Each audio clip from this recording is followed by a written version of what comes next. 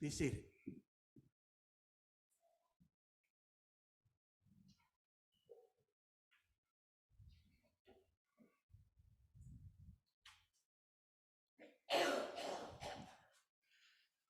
May the words of my mouth and the meditations of our hearts be acceptable in your sight, O God, our strength and our Redeemer. Amen. Some years ago, back in the days when my children used to watch cartoons on TV instead of trading internet memes via text all day like they do now, they used to watch a TV show called Phineas and Ferb. And Phineas and Ferb featured a duck-billed platypus that in secret was a super spy named Perry the Platypus. And Perry the Platypus's arch enemy was a villain named Dr. Doofenshmirtz. Dr. Doofenshmirtz was an excellent villain. He was always coming up with evil plans and clever devices to take over the world. He was going like this. Yes, and just to make sure you knew the situation, every time Dr. Doofenshmirtz shows up on Phineas and Ferb, a little song gets sung in the background. It went like this. Doofenshmirtz Evil Incorporated. Yes, it was very clear, thank you very much, which is fine for little children, because they need to know who the bad guy is, and they really need to know that the good people will overcome. For those of us who are a little bit more grown up, however, things are more complicated and not as simple, right? We tend to think of evil in terms of sins, bad things that we might do. We might do some big bad things, or we might do some little bad things, but we think of them as individual things we might do. Like we might snap at a server at a restaurant who has come to bring our food, and the food is too late, and we're kind of mad, and we snap at them. And it's not really because our food is late so much as because we're mad about something at work. And we can't take it out on anybody at work. But the server is vulnerable to us and cannot speak back. We might criticize a store clerk because they've gotten something that we said wrong, and it might be more because we're upset about something at home than with what the store clerk did. Have we ever considered going back and apologizing to those people?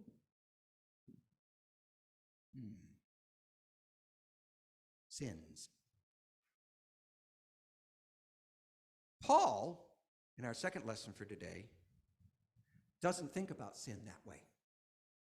Paul does not think about sins as specific individual things that people might do or not do. Paul understands that sin is a power and a force in our world and in our lives and in our own souls that will hijack the way we think, that will twist the way we look at the world and at ourselves and at each other, so that otherwise good things become evil. So that the celebration of life and a party can become an addiction. Initiative and desire to find out and do new things can become greed, where we use other people as objects to get the money we want. Sexuality can become lust, where we use other people as objects to get the pleasure that we want. Sadness, which is a way of grieving and honoring that's which we have lost, can become despair. It can grow into the place of God and be defining of the entire universe. Our perception can be twisted. Our minds can be hijacked by sin.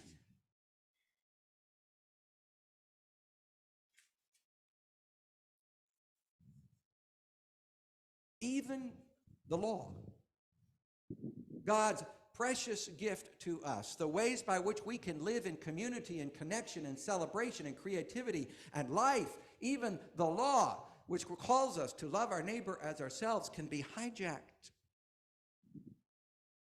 so that we do horrible things to each other in the name of God.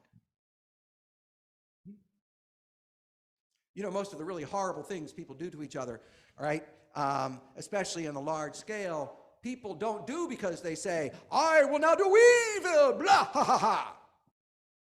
No. It's because somebody thinks that it's the right thing to do, that it's God's will. Paul has experience in this. Paul spent a lot of his life defending his way of life, his religion, which was centuries old and was being threatened by these awful Christians who were preaching about Jesus. And he was going to stop it. He was going to make people think twice about talking about Jesus. He was going to haul those Christians into jail. He was doing the right thing. He was defending his way of life. And he finds out that he is wrong. In more modern days, some of us will remember 9/11, in which some terrorists flew airliners into the World Trade Centers in New York City. It was a horrible thing to do, and they did it because they thought they were serving God. And lest we think that we Christians are immune to the power of sin and evil to hijack the way we think, I will give you an example. There are so many. But this example will be about 1,000 years old, so hopefully I won't make too many of you too mad. In the year 1095, the Emperor Alexios Komnenos of Constantinople was in a bit of a pickle because, well, his empire and the empires of the Turks who were Muslim had been kind of fighting off and on for some centuries. And the balance of power would go one way, and then the balance of power would go the other way, back and forth. And at this point, the balance of power was tending against the Emperor Alexios Komnenos. And so he said, what shall I do? What shall I do? And he sends a letter to Pope Urban II in Rome. And he says, can you help me out here a little bit? Can you give me a little bit of military aid? Can you send me some assistance in this situation? And some scholars maintain that Alexios Komnenos was really kind of thinking about maybe 300, maybe 500 knights, trained and well-armed horsemen, to give him a bit of an edge against his enemies. But Pope Urban II read this letter and said, this is a fantastic idea. I have an excellent plan. I will send preachers all over Europe, and we will gather a vast army, and we will take over the Holy Land from the evil infidel Muslims. We will go on a crusade. It shall be glorious. It shall be victorious. And that's exactly what he did. Sent out preachers all over Europe. Some of them got a little more excited than they really needed to. There was one fellow named Peter the Hermit, and he was one of those guys where when he talked, you know, he had a special gift with people. So that when he talked, you went, wow. He's telling it like it is. Wow, we are really threatened. We're gonna join this crusade. And so he gathers all these people, like tens of thousands of people, okay? But they're not well armed, and they're not well trained, and they're not warriors. They're peasants and a few minor nobility. And they say, we're going to go. And they go hauling off, journeying to Jerusalem on foot from France.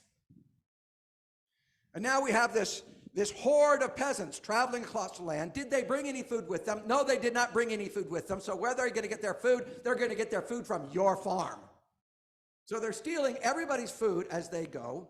And when they come upon a village of Jews, so Jewish people lived in these villages. It was a golden age of Judaism in Europe. Jewish people would live in these villages. They see these Jewish people. They say, infidels, they're not Christian, kill them all. And they would. It was terrible. And you had Christian princes in Germany and Christian princes in Poland and Hungary gathering their Jewish people into their castles and trying to defend them from these ravening, mad hordes of peasants going across the land. And they finally get to Constantinople, and Emperor Komnenos looks out from his walls, and he sees not 500 well-disciplined, well-armed, and well-trained knights coming to help him out, but this ravening, pillaging mob of peasants who say, where are the Muslims? And Emperor Komnenos says, they're that way. Go that way. And so they go roaring off this way. Emperor Kallimenos graciously gives them passage over the Bosporus Straits in his boats. And here they come after the Turkish cities and towns. The Turkish people look out from their cities and towns and they see this mob of tens of thousands of pillaging, ravening peasants coming after them saying, kill the Muslims. And what do? Well, the Turks are well armed and they are well trained, and so they kill most of the peasants. What would you do? Do you understand where this is going? Have I made my point yet? No, I have not made my point yet. So several months later, the real crusaders come, and they are well trained, and they are well armed, and they arrive at Constantinople, and Emperor Kallimenos looks out from his walls, and he sees not 500 knights or so, he sees about 20,000. Along with their families, some of them brought their families along with the necessary camp followers that you always have to have with an army, along with all of their servants and their retinue, maybe 60 to 100,000 people. And they say to Emperor Kallimenos, where are the Muslims? And Emperor Kallimenos says, that way.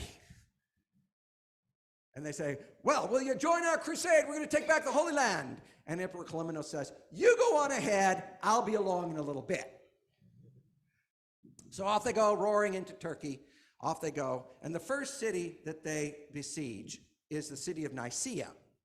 Okay? And they lay a siege around the city. It takes a long time. It's an unpleasant business because you got to starve people out. And Emperor Kallimenos comes up with an idea, because if you've lived on the same piece of land with people for long enough, even if they're your enemies, if they are strong as you are, if they are strong enough, they're not weaker than you are, then you begin to see each other as human beings. And you realize that under certain circumstances, even if you're enemies, arrangements can be made, you see. And so Emperor Kallimenos sends a spy into Nicaea, and he tells to the rulers of Nicaea, look, can we make an arrangement? This is all very unpleasant and doesn't need to happen. You know, I tell you what, you all are surrounded, your reinforcements are not going to get here in time. Why don't you just give up the city, and we will promise not to pillage you. We will promise not to steal everything that we can get our hands on and do horrible things to your innocent men, women, and children, citizens. And the leaders of Nicaea said, yes, this is an arrangement that we can make. We'll give up the city, it's fine, as long as you don't pillage us and do horrible things to our innocent men, women, and children, citizens. So Emperor Kallimenos goes to the Crusaders and said, we made a deal, they gave up the city, you just can't pillage. And the Crusaders are furious. Furious. Everybody gets to pillage. It's not fair. You should get at least 3 days to put your grimy hands on everything you can get in a city and do horrible things to the innocent civilian men, women, and children. So Emperor Kallimenos gives them, the Crusaders, a whole big pile of money to make up for not being able to pillage. And the Crusaders think they could have got more by pillaging, but okay, fine. So the story goes on like this for 2 more years, exactly like this. Finally, they come to Jerusalem, and they take over Jerusalem. Jerusalem, the city of peace. Yaru in Hebrew, he casts. Yaru, he casts. Salam, shalom in Hebrew, peace. He casts peace. Yaru, shalom. Yaru, salam. He casts peace.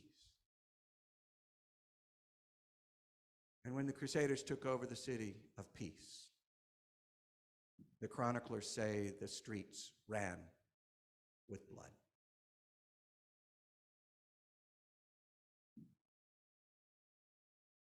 They thought they were following God's will.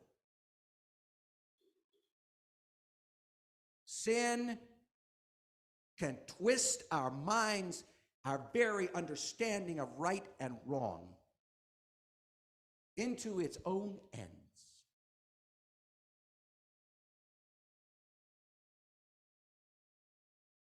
Now, we have many divisions in our nation and in our world, and even sometimes in our churches.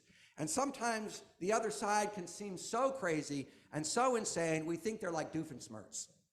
Ah, we shall do evil, blah! Yeah. Paul would say, are you so sure about that?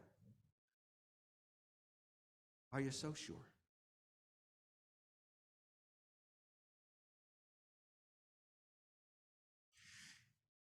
Our Hebrew scripture for today from Zechariah says that the king who is coming, the one who brings peace, the one who brings victory, comes riding on a donkey. Humble and riding on a donkey. Humility is not a popular virtue in leadership these days, and yet that's our king. That's the one who brings peace.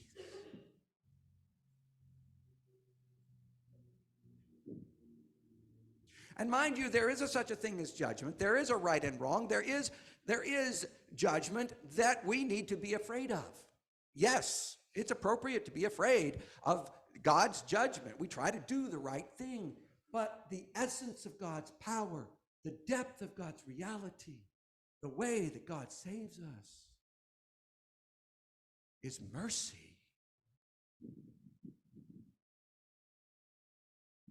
In the verses before the gospel lesson for today, John the Baptist's disciples come to Jesus and say, "Are you the Messiah or not?" And they kind of say this, a lot of us think, because John the Baptist has been preaching fire and brimstone all this whole time. That God would bring vengeance and destruction upon God's enemies, all the people that have been oppressing the people of God. And Jesus comes along and there's no fire and brimstone.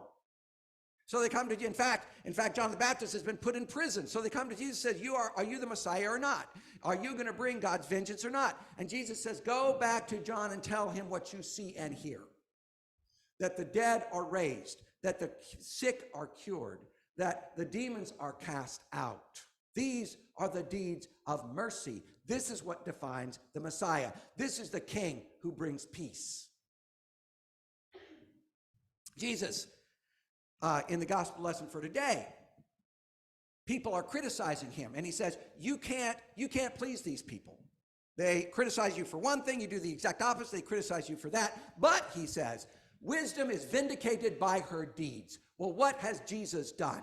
He has done this healing. He has done this casting out of demons. He's done this acts of mercy. And not only that, but pretty soon he's going to pick up the cross. First, he's going to ride into Jerusalem, the city of peace, on a donkey, humble, riding on a donkey.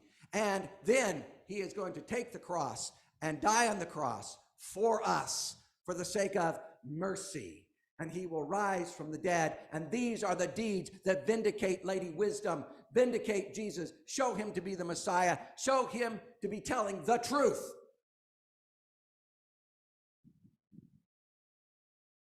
Lady Wisdom is vindicated by her deeds. Jesus is vindicated by what he does, by his mercy.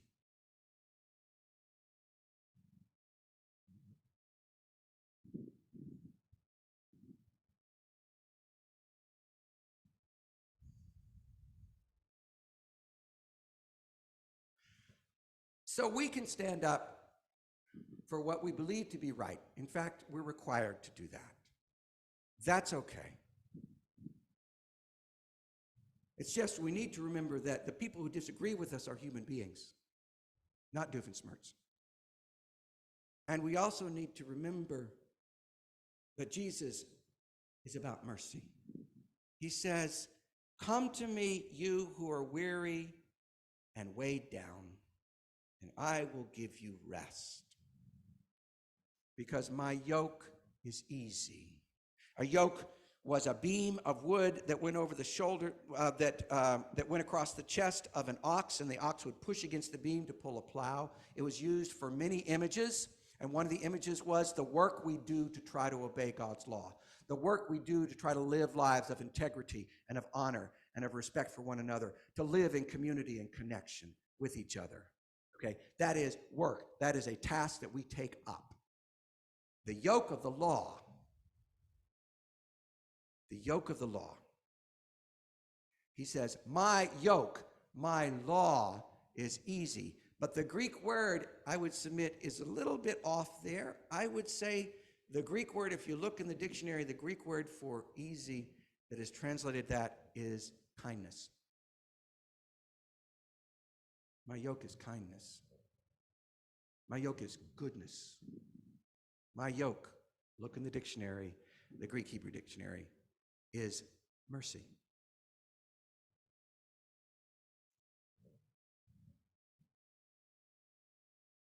This is good news. This is good news. Because what will save us is mercy.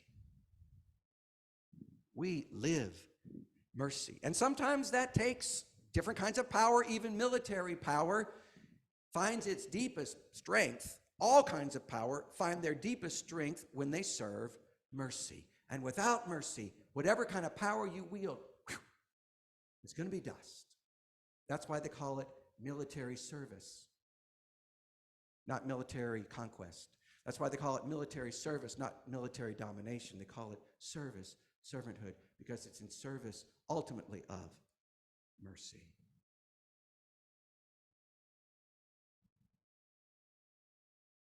So let us take up the yoke of mercy, because God has saved us with God's mercy.